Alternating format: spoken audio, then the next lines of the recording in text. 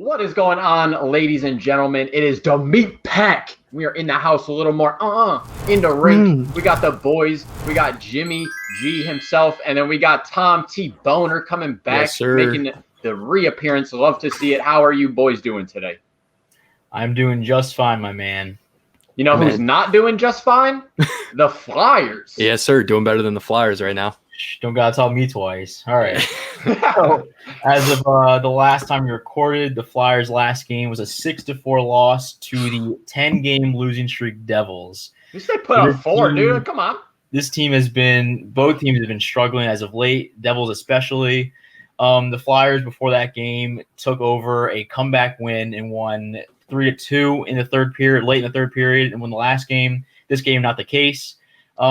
This game was like a recap, though, of what the Flyers season has been, where they dig themselves into a hole early. It looks over in the third period. They're down 3-1. They crawl back and they tie the game and then get the go-ahead goal, but then give it up literally 11 seconds later to basically an empty net, a misplay by Brian Elliott. And the Devils tuck it in basically an empty net. And so that kind of wraps up what the season has been. Just a terrible start. You think that maybe in the middle they can crawl back somehow, and at the end of the game they let up 2 easy goals, and it's it. That's the way it's been. I know it's been that way for the whole season. I'm not really expecting anything else at this point, honestly. Yeah, you don't want to let yourself down. Yeah, especially like I'm looking at the Bruins series, man. Like they absolutely went to town, the Flyers. And it's funny though because they didn't have like an incredible season compared to like the Capitals or the Islanders, but against like or even like the Sabres a little bit. But the Flyers were like their punching bag. I can't believe how bad the Flyers played against the Bruins. Yeah, dude. I don't know. It's just they're one of those teams that had their number this season, which it seemed like. For the Flyers, it seemed like a lot, but especially the Bruins. I don't know, man.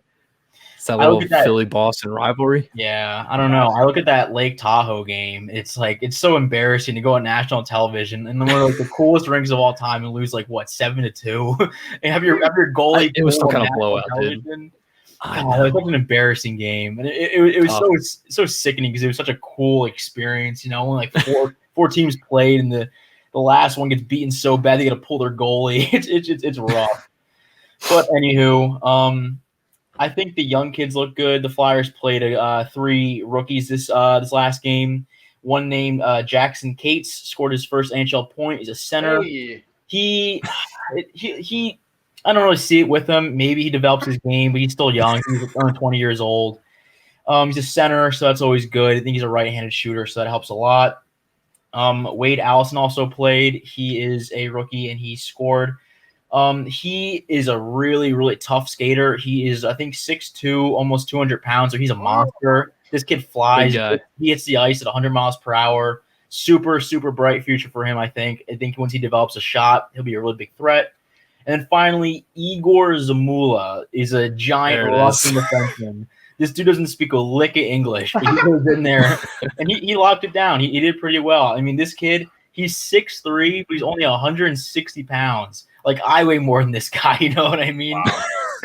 So I think that the Flyers are in a much different spot than the Bruins. I think the Flyers are looking to the future, and the Bruins are much, much closer to a cup berth.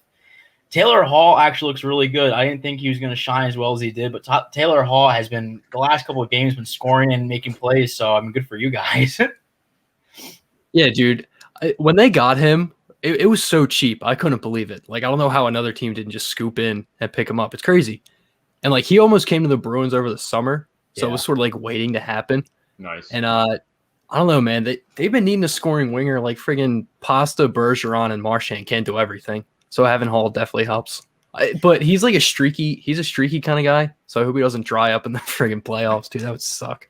Yeah, that's the thing. It's like I think that the Bruins know like their window is not open forever. I think the perfection line is aging. Minus Pasternak, who'll be a fucking pain in the ass for years to come. Yeah, but with the addition of Taylor Hall, as long as he's not a rental, I think that he adds a solid left wing presence. I think what are they playing? Like the second line, probably behind the perfection line. Whatever line you put him on, he's going to produce.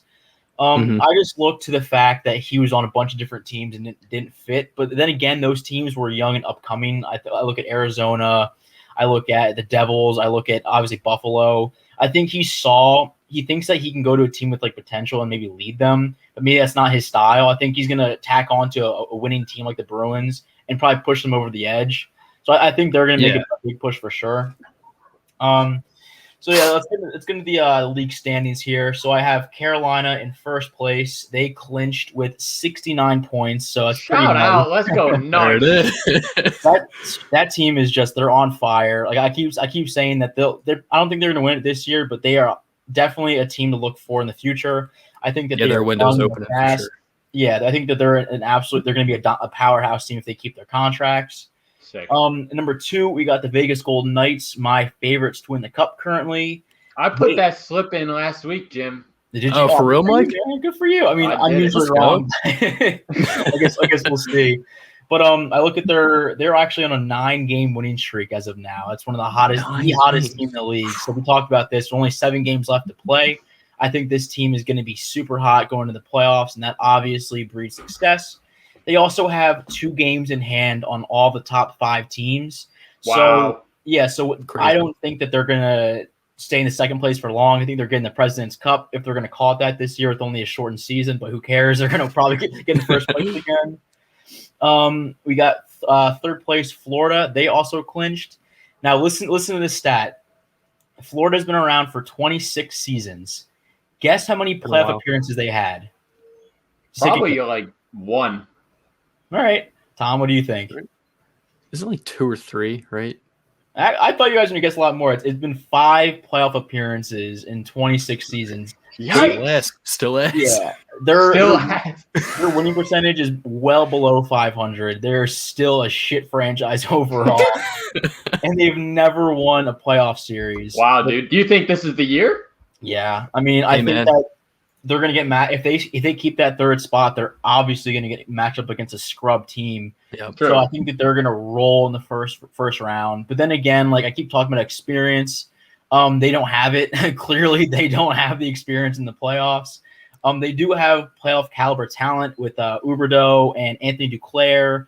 But I think that as a team, they need to figure out how to win the playoffs because, as Tom, I'm sure you know, playoff hockey is not hockey. It is a completely different sport. It is much faster, it is much harder hitting. It's much more exciting to watch. So I think that the step up in play is going to shock them at first. But if they get an easy team in the first round, I think they roll on them. And I think they finally break that playoff curse. In number 4, we have the Tampa Bay Lightning. Can't say enough about them, the champs. I think that they're just a dominant team. I don't think they might pull it out again this year, get that playoff magic, get Kucherov back, but I don't think that they have it per se. I mean, it's so hard to win this league in the playoffs, especially with the Penguins. I look at them when they won their back-to-back cups, worst 2 years of my life. it was a miracle run. They built a young team. It really was. I don't know. We'll see. Maybe they'll pull some out of their ass. And finally, in the 5th spot, we have the Washington Capitals. Much to my surprise, I think that they have been playing a very weakened East Division, namely the Rangers, the Devils, the Buffalo Sabres, and the Flyers. I think they're beating up on everybody down there, and they're just as they should. Points. I want to get your opinion, Tom. Do you think that in a series, probably close to the second round, that Washington or Boston takes it? I mean, I don't want to be biased or anything, but I think the Bruins are going to pull it out. Okay, listen. I don't know. It's tough. That's a good matchup, dude. That's going to be a good series. Yeah, dude, because those are they're very heavy teams, and they both have scorers in Ovechkin and Pasta and then Taylor Hall. But if Taylor Hall, if he dries up like he has a streak of doing, I don't know, man. Because you can't expect a perfection line to do everything. You know what I mean? Like right. you need depth in the playoffs. You need more than like 3 playmakers. You need the guys you get at the deadline to step up. So, I mean, if he keeps the production up, easy Bruins in 6 games. But if not, I don't know. It's bold, but I like it. I think that series goes either way. I personally don't think that the Washington Capitals will beat the Islanders. I think that the Islanders are severely underrated, and I think they're the hotter team at this point, even though they're not in the standings. I like the Islanders over the Capitals, but when it comes to Capitals Bruins, I like that pick as well. I think that you're right. The X factor for the Bruins is Taylor Hall. I think the X factor for the Capitals is going to be Anthony Mantha. And it's pretty interesting 2 giant free agent acquisitions at the deadline, possibly in a playoff matchup. Who knows? I think that's going to be a super exciting. It's been a long time series rivalry between the 2 greatest teams in the East for the past 5 years, easily. Let's look at towards the bottom of the top 10. Colorado slips to number 7. See, I look at them, and they lost 2 in a row to a really shitty Blues team the past 2 games. I don't know. I think that they still are obviously a very, very dangerous team. They're obviously fast. They have great goaltending and a great young defenseman in Cale Makar. I looked at the splits between the Golden Knights and the Avalanche recently, and I think the Colorado Avalanche have 1 game over the Golden Knights, but they are playing tonight on the 28th. So look for if you get that game in your area, maybe you got to stream it illegally. Who knows? But if you can watch that game, it's going to be a thunder and lightning type battle. I think it's really going to show who's boss in that division because they're the top 2. I look at Pittsburgh at 6. I think this team constantly just wants to hurt me emotionally. They always piss me off. It is like constant. I think they're going to get bad, and they never do. They pick up these damn free agents like Cody Ceci, and they think it's like a wash-up defenseman, and now he's irreplaceable. It's like it's crazy, dude. And you look at like it's like the perfection line with Crosby and Malkin. It's like they don't get old, they don't age, and if they do age, they adapt their game, and that's a true sign of a great athlete is be able to change your game and adapt with a new play style. And I find it interesting that no one in the Metro has clinched yet. That brings to the point that that division is super tight, and even though I like the Islanders personally, I think that it can go either way. I think whatever team gets hottest at the end, that's the team that's going to take it. Yeah. And finally, with the league standings, the Canadian teams are slipping. I don't know about you, Tom, but I didn't have any expectations for any Canadian teams. I thought that Toronto was going to be okay. Maybe Edmonton advances to the second round, but one team is in the top 10 position, and it's Toronto at 9. That team, that division, I think it's just a shit show. I think it's a bunch of scrubs. Granted, the Flyers probably wouldn't do too well in that division either, but at the same time, I don't see a Canadian team advancing past the first round. But I don't know, man. Like part of me, obviously, being a Bruins fan, I hate the Leafs. You just have to. Original 6. But I don't know. I want to root for them. Like I like John Tavares a ton, and when he went up there, it was like a pile-on type thing. But he's one of those guys that deserves to win. Just plays the game the right way, captain type material. But no, dude, I don't think any of the Canadian teams have it this year. You're right. Yeah, I completely agree. I love John Tavares. I think he is one of the most underrated superstars in the league. I think 100%. When you name superstars, he isn't on your top 10 for most people. He is for me. I think he's a playmaker. He's a body, especially he's a leader. Then you look at their talent with like Austin Matthews and Mitch Marner. Like those are 2 you put them on any first line in any other team. I think those are all-star talent. But I think they don't build on defense. They haven't built a good defensive squad, and Frederik Andersen, their goaltender, has not been super hot. Mm-hmm. It's just been that whole league has just been a shit show of scoring. Not much defense. It's fun to watch and it's exciting. But I mean, at what portion are those stats getting padded then? If the whole division's really kind of lacking in that defense, you got to take it with a grain of salt if they're actually solid. No, that's an incredible point, because I was going to talk about Connor McDavid, probably the best player in the league right now. Keeps proving me wrong. I keep thinking he isn't the top shit, but he's got it. Yeah. He might do the damn thing, but he is in the conversation to win the Hart. And so I think that he's playing against like dog shit college teams. I think that obviously helps. And so it's right. Like, how are you gonna measure a season when you're playing against teams that don't play defense? I mean, I don't know. Dub's a dub, though, at the end of the day. Yeah, there it is. I think that the Oilers might be wasting McDavid's potential. I mean, you look at that team and how many first-round draft picks they've had in the past 10 years. It's like staggering. It's insane. And like they have like Leon Draisaitl, who is obviously like a Pastrnak level player, a sniper, big body type guy, fast. I don't know. I can't see them winning a cup with Edmonton. I think that franchise is just doomed. It's like Philadelphia franchises. You get good 1 year and you fucking tank and you ruin it for everybody else. Philly curse. But yeah, I think that the Canadians actually will be a team to look out for in the next couple of years. The only problem again with them is defense. They have Shea Weber obviously, but Carey Price is at the wrong end of 30. He's an older man, and but when I look at goaltenders, like my favorite goaltenders of all time, he's probably a top 3. Carey Price has been a shutdown goaltender for years. I look at this team when they were bad, like really bad. Whenever he played well, they'd win. If he didn't play well, they'd lose. Yeah, it shows you how incredibly important a goaltender is. So yeah, I want to get into my surprising teams, basically who I thought was going to be good, ended up being shitty. let's hear it. So I look at Vancouver, again, another Canadian team, and this team got to the playoffs last year. I forget if they won a series. I think they might have. But they have so much potential. They have so much potential with Brock Besser, Tanner Pearson, one of the Hughes. I think Quinn Hughes, the defenseman. That team is young and they're hungry.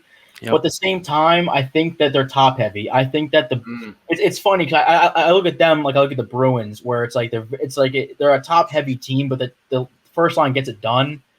And it's surprising to see how good the Bruins have been for the past couple of years without like much depth scoring. Because you look at Vancouver, pretty much do the same thing, an incredibly stacked first line with even Bo Horvat, and they can't pull it together. I don't know. Also, with that defensive aspect, they have Braden Holtby, if you remember, from the Capitals, and people predicted that he was going to decline, and they were right. So I didn't think so. Yeah. I thought that he was a solid goaltender, but people on like the NHL Network, they call that Holtby might be done. Go figure, right? All right, but then we look at the Blue Jackets. I think they're in 17th place. I think they're actually behind the Flyers in points percentage. They got obviously the great scorer with Laine. He has 10 goals this season, so not like an awful season for a normal player, but for a superstar with that much of talent, I think that 10 goals is dog water. I think for his contract, you got to be putting up 20. It's like even in a shortened season, look at McDavid, look at Matthews, they're putting up 20. Yeah. They're a great defensive team, obviously, but I think they might be stagnant. I think they're at a point where they'll make the playoffs every year, but they don't make a push.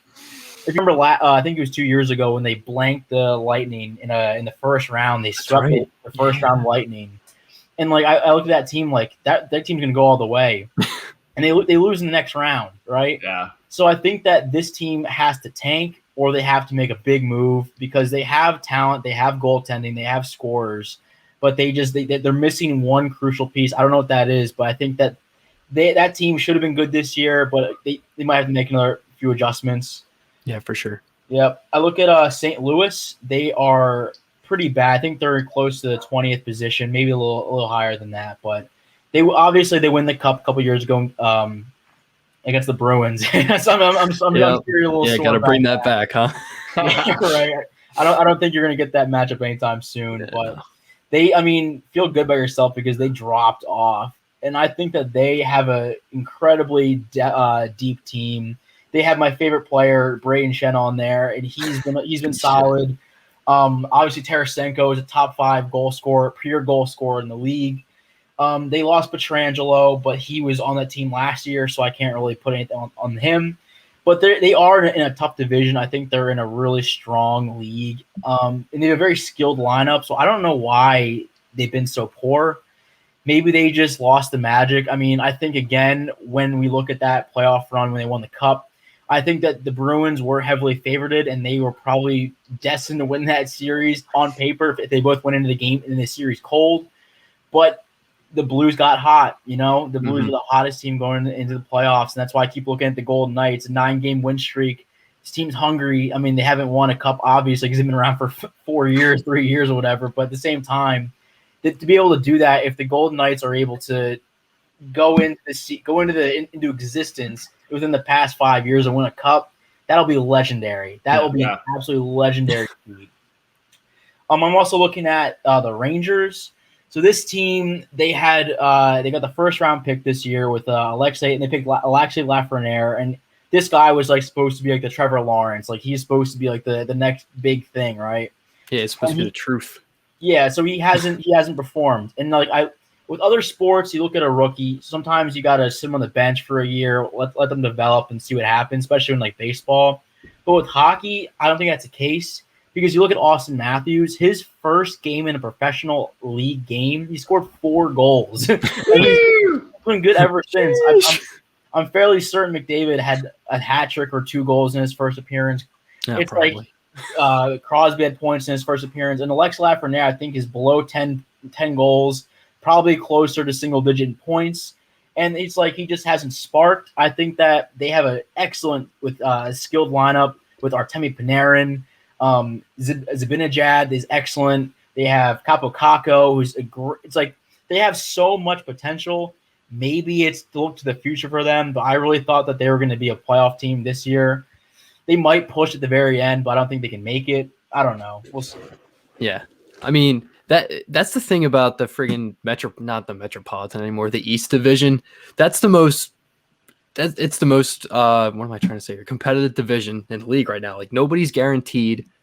Honestly, the Flyers can still, it's slim, but the Flyers can still make it. And that's crazy. They have like 7 games left in the season. Yeah. Like, right? So, like, mathematically, they're not like technically out of it. Yeah. It'd be a miracle, but it would be insane. Yeah. Don't get me wrong. It'd be insane. But like, I wouldn't want it's it, so though. competitive. Everybody can still make. Yeah, they would go in and just lose in 5 games. It'd be a This waste. team hurts me too much. I don't want to watch them anymore. It pains me. It's like cutting my wrist. But anyways, no. But yeah, like to the point we made earlier, there's no team in the Metro or the East that's clinched a playoff spot yet. And at the beginning of the season, my prediction was this will be the most competitive division, and it has been. Yeah. Granted, they haven't had a team like the Golden Knights or Florida or Tampa Bay where it's like they're like in a top 5 spot. I mean, they have Washington, right? But that Washington has been battling with the spots with the Islanders and the Bruins. No one's pulled ahead yet. And so it's not the most flashy division. It's not like the biggest, they're a pretty big market, but they're not the biggest threat, I would say, to win the cup this year in any aspect, but they're competitive. And it's been a fun season to watch besides watching the Flyers, obviously. Yeah, dude. But anyway, so that's what I got for today, boys. I hope you enjoyed. All right, boys. I mean, that is pretty much going to wrap it up here. Thank you, boys, for your time. NHL season is wrapping up. Let's get hyped for that postseason. I mean, just quick 1-2. Who you got? Who's winning the cup? Tom, who you got? Quick answer. I mean, Boston Bruins. Calling it now. Jimmy, who you got? Realistically, Golden Knights. I'm riding with that because my man Jimmy said it. But with that being said, we are out of here. Meat Pack out. Peace. Perfect.